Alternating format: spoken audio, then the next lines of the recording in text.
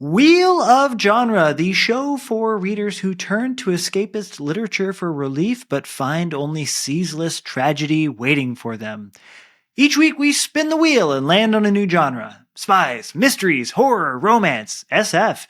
It's all on the shelf, and right now we are reading romance novels. This time, Danielle Steele's Betrayal. I'm Zach, and this week I am really interested in this as a kind of like experimental genre work. It feels like Danielle Steele is really pushing the boundaries of like what it means to be an enjoyable read, if that makes sense. As a romance. As a romance. Okay. No, I don't mean that. Look, all right. Candy is enjoyable, but you wouldn't say that it's fulfilling. Broccoli is not enjoyable, but it is highly fulfilling. So like, as far as romance goes, as far as the genre goes, this isn't like a titillating read. It's not a backhanded compliment, I promise. I was disappointed there are no mustache rides. I'm all for the Lila Sage stuff. Cowboy. I am Bob. I'm interested in Danielle Steele's, pursuit of badness or pursuit of evil, right? Not even evil, just pursuit of what seems like a very nice romance. Like you said, it's a beach read or a comforting work of fiction, and then you find out, there's just always something underneath. We loved, and I think this was fun too, but her other book that we read, can't even remember the name of it, but wow, it's The Promise. The Promise was a whopper. That was a whopper. What an incredible book. Yes, maybe the style is not the most fulfilling, but it's great storytelling, and it's, great depth into strange psyches. This is interesting too. It's not as twisted, I think. There is a twist that kind of digs the knife in, but you kind of see it coming the whole time, I feel like. Were you surprised? Well, I just want to push back on something because you said this one was not as twisted as The Promise. I think that this one is actually significantly more pessimistic and twisted than The Promise. So this is something we can talk about a little bit later. But first, let's talk about what happened here. We have Talia, a movie producer. She's on top of the world. She is the critic's darling, and she has a assistant named Bridget who does everything for her. And pretty early on, they're established as foils, right? There's a good quote here. The two women had similar looks, both tall, thin, and blonde, but did entirely different things with the attributes nature had given them. Talia hid them, and Bridget shone a spotlight on them. Talia honestly didn't care how she looked and never thought about it. Bridget put a lot of thought and effort into her dazzling appearance. So I like the idea that, like, right off the bat, they're like twins, but there's going to be a good one and a bad one.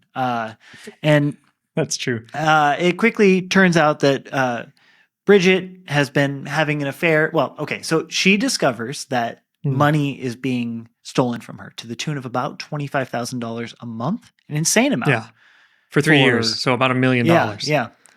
Yeah. So it turns out, fast forward, turns out that Bridget has been sleeping with her boyfriend Hunter, and also her boyfriend Hunter has been cheating on her and got another woman pregnant. She gets the FBI involved to the tune of a hot number, Jim Kingston. And while I won't say that it's quite a story of them getting together, it is a story of them getting together. Yeah. Did I miss anything that is important? That is important. No, I think it is a really fun, I said it wasn't very twisted, but it is twisted. It is a classic doppelganger story, again, where we have the twins. They are coded as twins. And they're even, I think this is the best part of the book. Bridget wants to be Tally. Tally is the true star, and they keep comparing the two of them. Tally is the director and she's made, I think, almost a dozen films, and people keep saying she's going to be one of the directors of our generation. So she's not just someone churning out bad movies. She's a very serious director. At the end of this movie, she gets an Oscar for Best Director. The movie also gets, I think, Best Actress, Best Score, it just kills at the Oscars, and she's gotten tons of Golden Globes. But her best friend, I think they've been, what was it, Zach, 13 years, 17 years? Long time. Almost 2 decades. Double digits, yeah. Double digits. They've been best friends for double digits. And she trusts her with everything. Just like you said, she does everything for Tally. And Bridget has access to everything. But it's a complete surprise when their auditor, because they're making this deal with Nakamura-san. They're making a deal in Taiwan whenever there's a TV show and there's a rich Japanese businessman. His name is always Nakamura. Every time. I've noticed that, actually. Always Nakamura. So he's an investor for this new movie, and she's working with Hunt, her boyfriend, to produce this movie because he's a famous producer, almost as famous as Tally. Now, to do that, they need to know that they're really, solvent? He has to figure out, is the money good? So they start this audit, and that's when they find out this $25,000 that goes missing in cash is very alarming. And they find out there's also been these microfiche, I guess, where you have a receipt underneath a receipt, right? And you have the record of where someone signed for some purchase. And so they keep seeing Bridget Parker on all of these. And when Tally confronts Bridget, Bridget says, "No, I've never heard of those hotels. I've never been there." And then she gets tipped by her lawyer to go and contact a private investigator. What's her name? Pam or Already something? Forgot. She's such a minor character, in and out. Yeah, that's true. Okay, so some private investigator who's really cool, and she used to work with that hot FBI agent. And that's when they start just churning like all of these terrible things that Bridget has been doing behind Tally's back. It is just as horrible as Jekyll and Hyde, even though we picked it up thinking it's called Betrayal, but we picked it up thinking it's going to be a romance. And it's just, it's like another David Lynch movie. So was The Promise, but this is yet another David Lynch movie.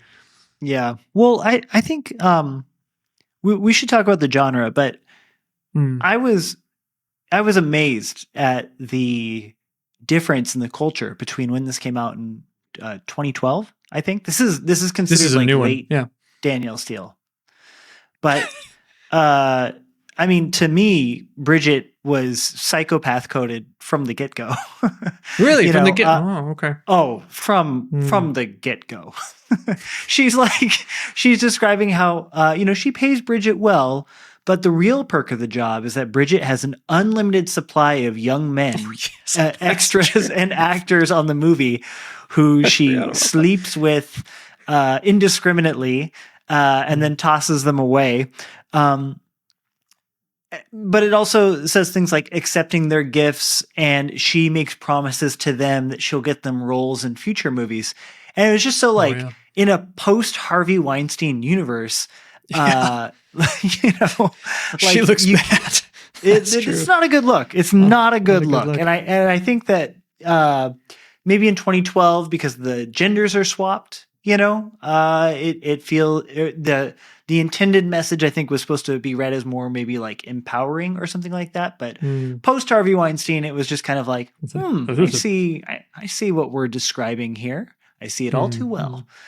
But let's talk about the genre of this book, because I do think it is a quite experimental romance. I am willing to place my chips on the fact that it is a romance, but I think that on the face of it, first and foremost, it shares a lot more in common with the mystery novel and even the courtroom procedural. But I'll say the mystery novel first and foremost. I would agree very much so. And so would Danielle Steele, actually. Whenever she's interviewed, she says, I don't actually write romances. I write books about the human condition. That's what she says. Wow. Yeah. But I completely felt I never predict anything in books. I'm the worst reader. I was like, anything you tell me, I'm going to believe it. But I started making notes of like, oh, come on. This is it's too schmaltzy. Everything is so perfect. I didn't know it was going to be broken, but everything starts out totally perfect. Hunt is the perfect boyfriend. Bridget is the perfect friend, at least as far as their relationship. Yes, she's doing weird stuff on the side, but Tally only sees a little bit of it.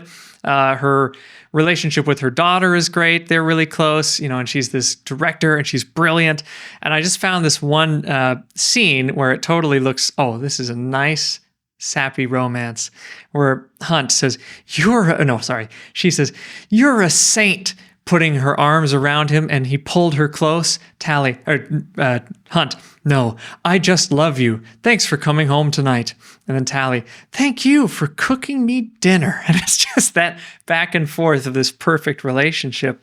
So I completely fell into the trap of thinking, oh yes, this is a romance and it's going to be like this for the rest of the book. I did not see what was coming. You must have felt every stab of that betrayal. Oh, it cut so deep. I love the evidence gathering, but it was funny to me how this played out the way a mystery book does, in the same way that, we learn new things and then the narrator has to kind of reiterate how the story has changed, how this person says this thing and this other person says this thing. We have to weigh the evidences that we've learned together to find out who the liar is, who the criminal is. But this is the first time I've ever seen this. Our protagonist is not the detective. Right. The private investigator is a detective. This is a mystery novel told through the eyes of a victim. And I don't think I've ever seen that before.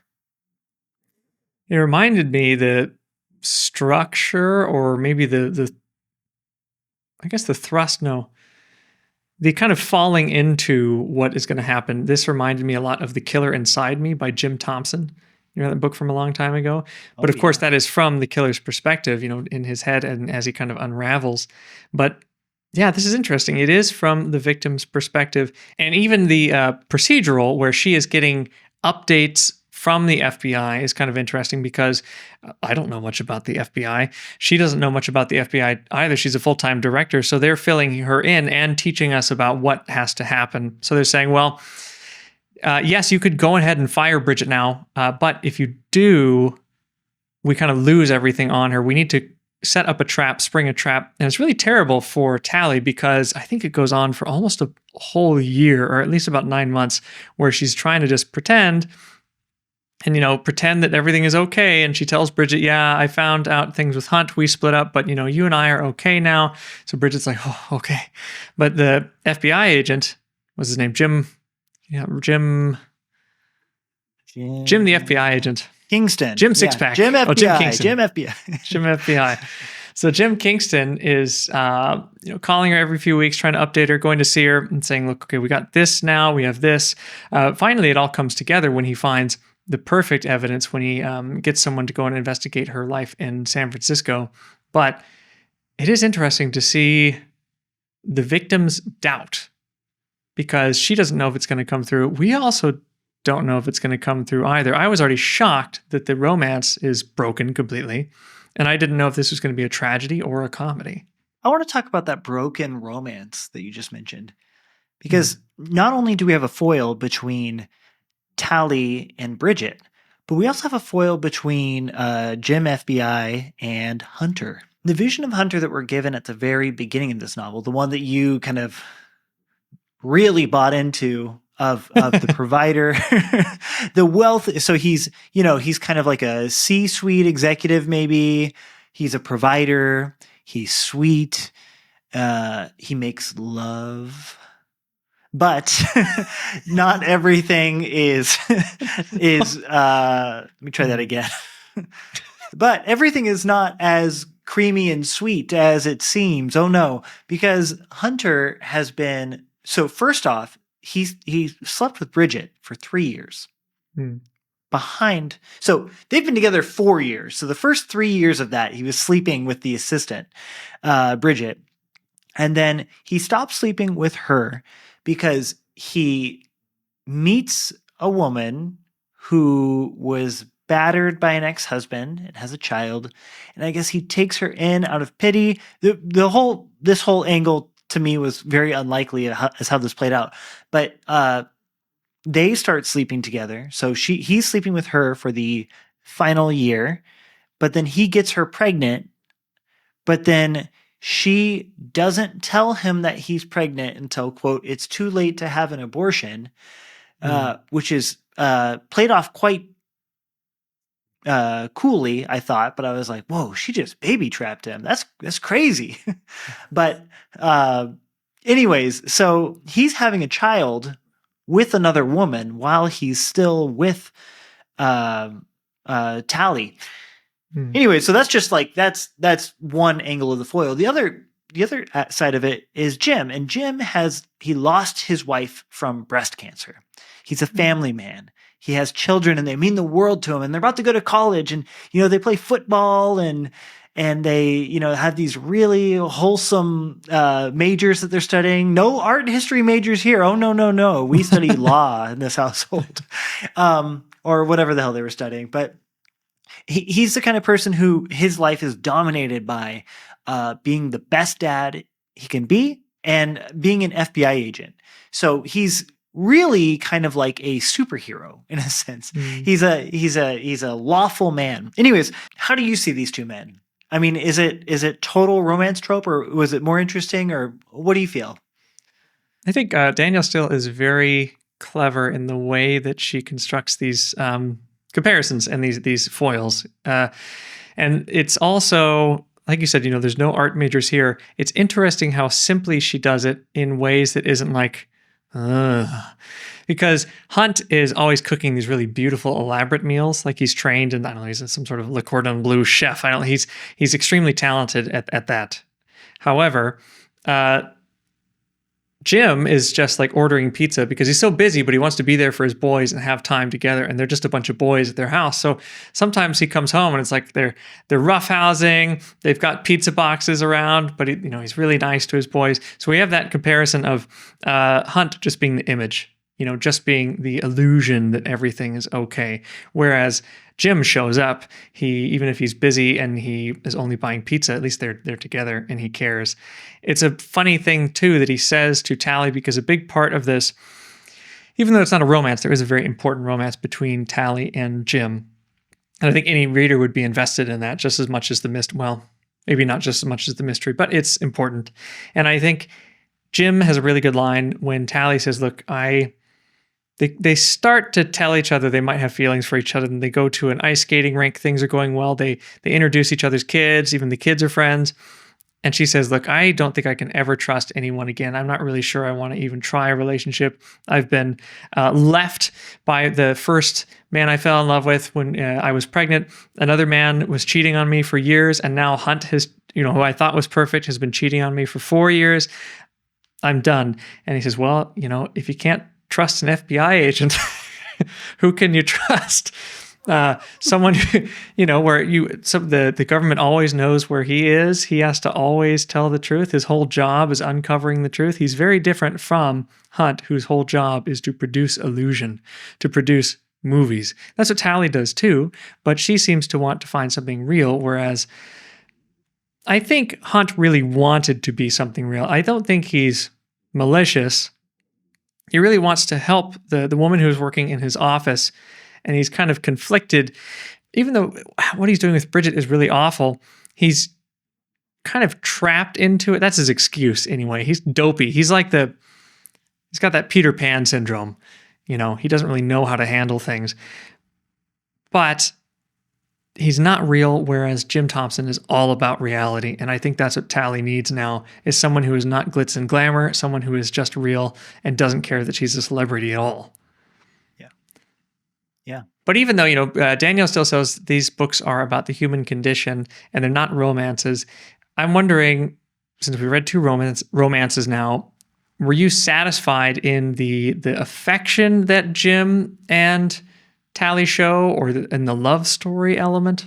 Well, I think that the word choice you just used there, affection, I think really says everything about like the tone and tenor of this book, right? Like when you think of some of the steamier reads that we've previously encountered in the romance genre, there was no moment of them like going ice skating and then like he lifts up his shirt and there's rock hard abs, right? Like there's no moments of like cut the articulated ice with these. desire. Yeah. There's no moments where where like through the character's eyes, we see the character lusting after him. That never happens once. I think they might peck each other on the lips. I don't think there's a kiss scene.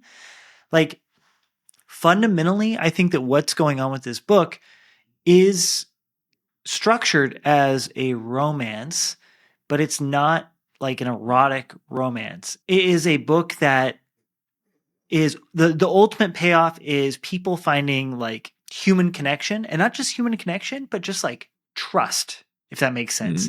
Like I don't know, like, but it's structured just like a romance, but it's ultimately like people older, coming together and finding like happiness. You know what it is? That book we read last time was written in the late 70s. And I think that at that time, Danielle Steele thought that true happiness could come as a result of eroticism. You know what I mean? Like sex could equal happiness. But I feel like by this book, by book number 86 by Danielle Steele, that idea that sleeping with someone or finding a new partner will bring you happiness is no longer there for her. And now she may not even be concerned about the sexual aspect of the romance. Now she just wants to depict people finding happiness. I'm interested in that. I was looking up, I've watched a lot of interviews with her today, and it's funny to see each time. It's like, now you're at your 95th book. Now you're at your 111th book.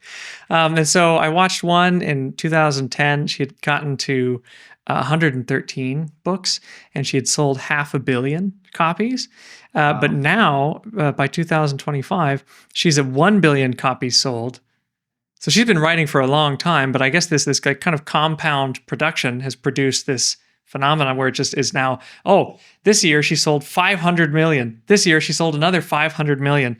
So she is also, how many books has she done now? 210 total books, but only, Zach, 182 of those are novels. Oh. The rest are children's books, but only 182. But I thought it was interesting what she said, too. She said, someone asked her, why do you write? Why do you keep writing? She says, I love to give people hope. I hope they come away feeling better and happier.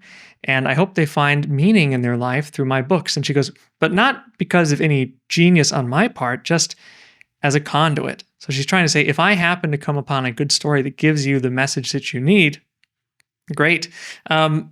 I think maybe she's not as concerned with her own attachment to Eros. I think maybe that's a Tally issue, because I know even in her later books, she's still writing now.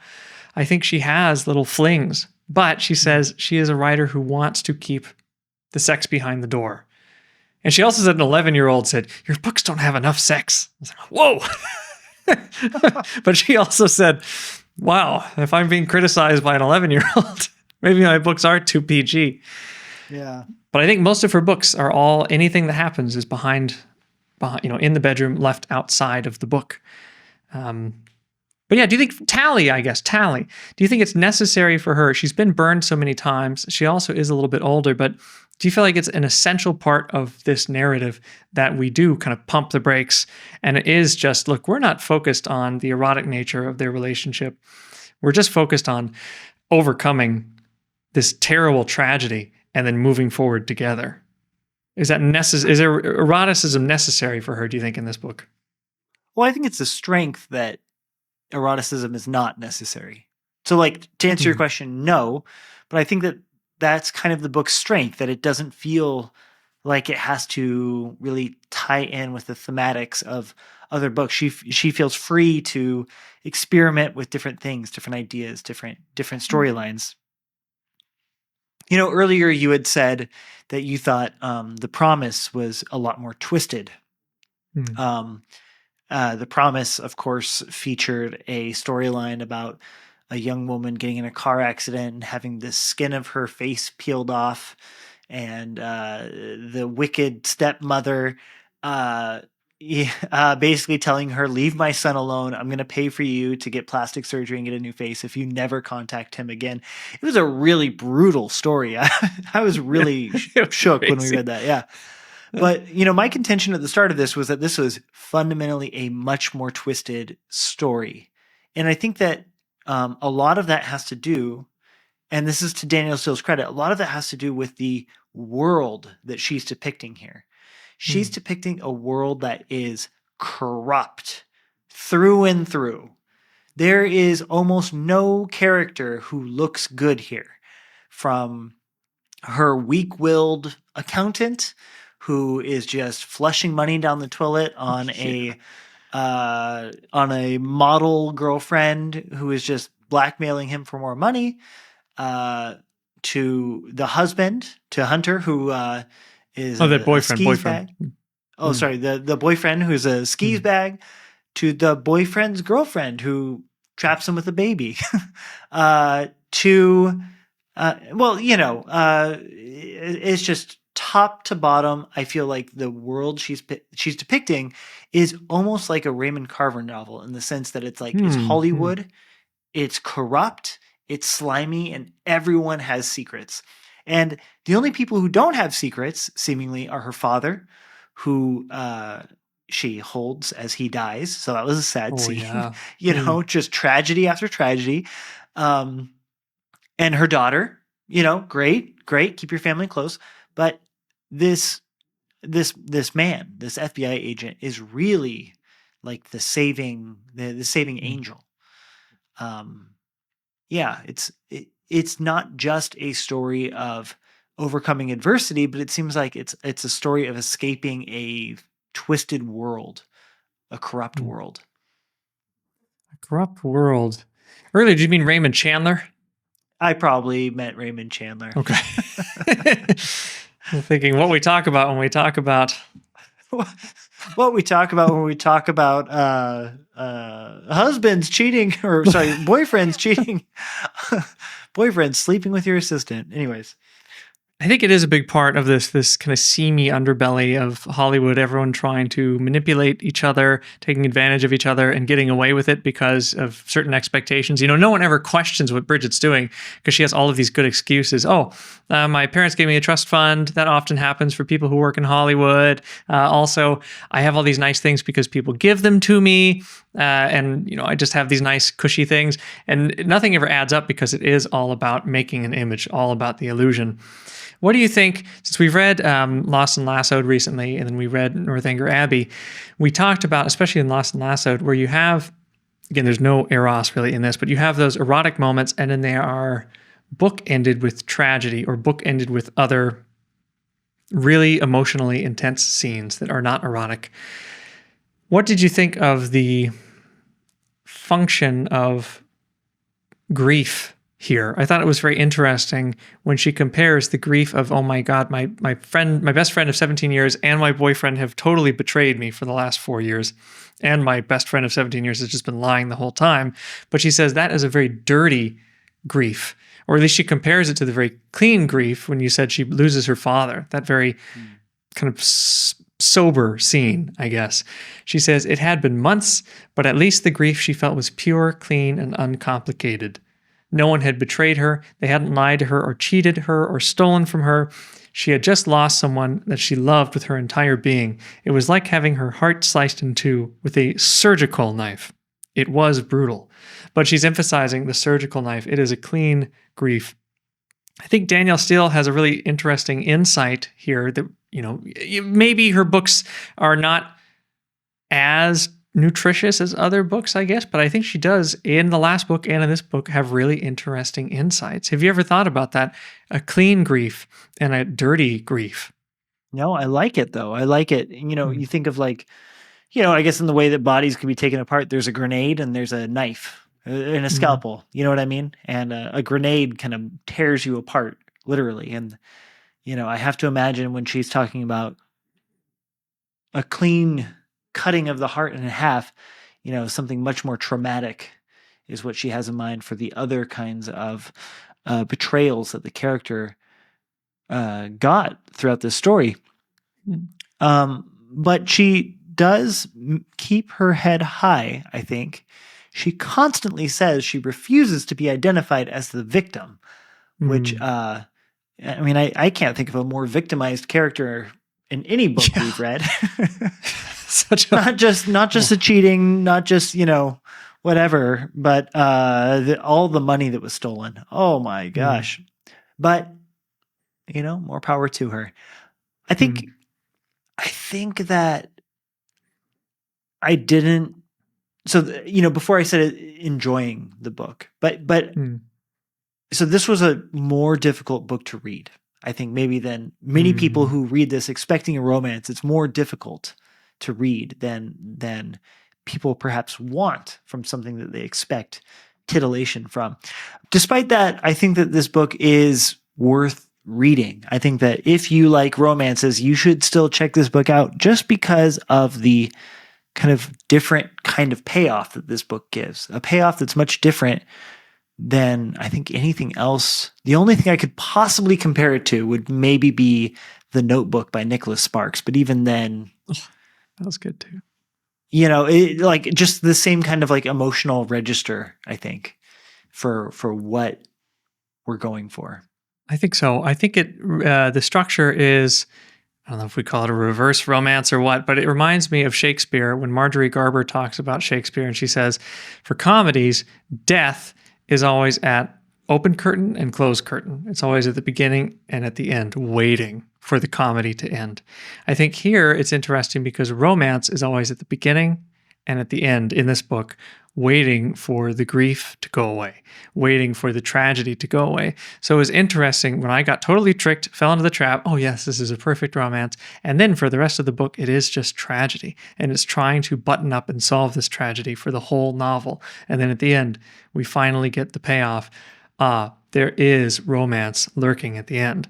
I think as it was not my favorite of her books, but I have come away, I think I'll remember it for a long time and think of it as more significant after having read it than I did sometimes while I was reading it. Well, I think we have 2 more romance books ahead of us. I'm personally excited to see where the genre goes. I know one of them is going to be a lot of fun, and the other one might be another twist on the genre. We will certainly see if we can even call the final one a romance, which remains to be seen. Lots to look forward to. Bob, talk to you later. Talk to you later, Zach.